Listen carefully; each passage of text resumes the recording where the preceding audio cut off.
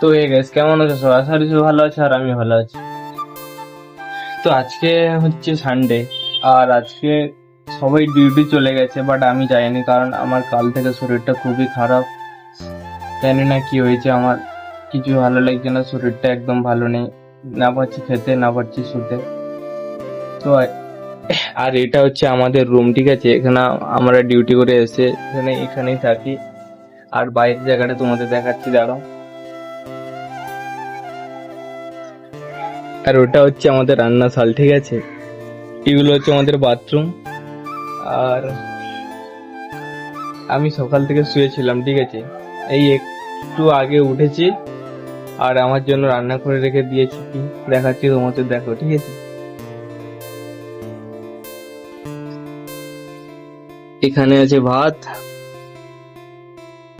আর এখানে আছে মাছের তরকারি।